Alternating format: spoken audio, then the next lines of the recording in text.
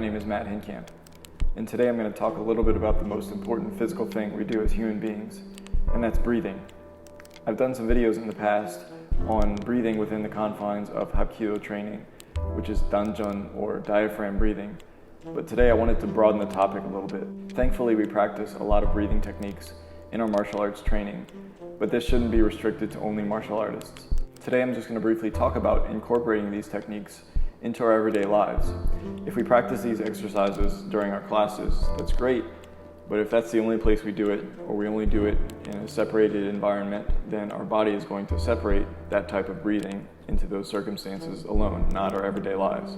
So I'm just going to talk to you about how I try to incorporate these into the rest of my life using the techniques that I have talked about in my past videos. I'm not going to go into detail on that. You can watch those videos.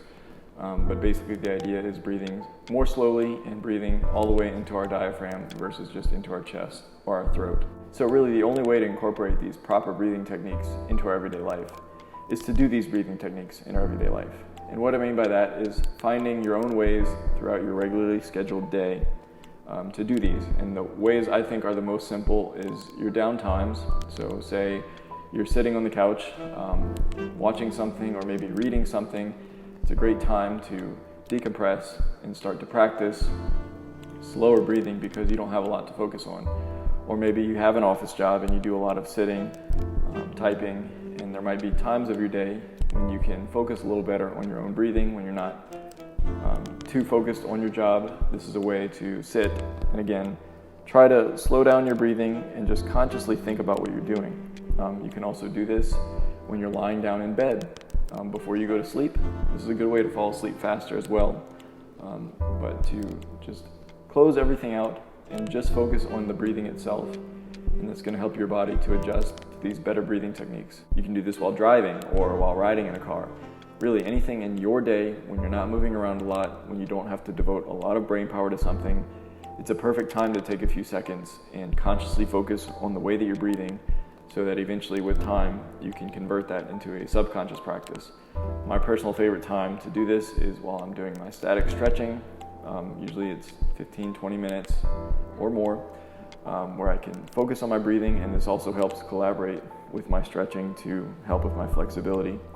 But it's a perfect time for me to wind down and practice my breathing techniques to eventually work them into my everyday life. My point here is that your body is never going to forget to breathe.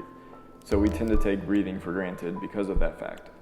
But if you don't take the time, effort, and energy and devote that into your breathing techniques, then you're just going to be doing the same thing that you've always done, and it might seem fine and okay, but there's a lot of room for improvement that most of the world doesn't recognize, and this isn't something we really talk about because it doesn't seem like a problem because our body's doing it anyway. But that's not the truth. We have a lot of room for improvement in our breathing styles, especially in Western culture.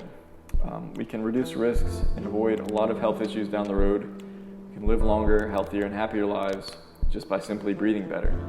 If you think about it, all the systems in your body rely on our breathing properly to function. Our blood needs oxygen. All of our organs need oxygen to function properly. And if we're breathing better and more optimally, we're giving more oxygen to our body, and that cannot be a bad thing. So your takeaways from this video should be that we don't breathe as well as we can. And if you're a martial artist and you're practicing these breathing techniques that we've gone over before, that's good. But if you're not implementing those into the rest of your life, then you're hindering yourself and you're still not breathing as optimally as you can. But this really just takes conscious thought. It's natural for our bodies to breathe. So breathing better is not some foreign concept to us. It just takes practice. You don't have to go to school for 4 years before you can start this. You can start doing this today. Of course, through many years of practice, there's always something more for you to learn and get better at. But the point is you can start today. And I challenge you to try this and see if you don't feel better and see if you don't see positive improvements in your body, but also in your mind and your spirit, internally and externally. Breathing is a beautiful connection between our physical, tangible beings to our intangible, our mental and our spiritual. So take this and apply it to your own lives and see what you can achieve. Thank you guys for watching, and keep training.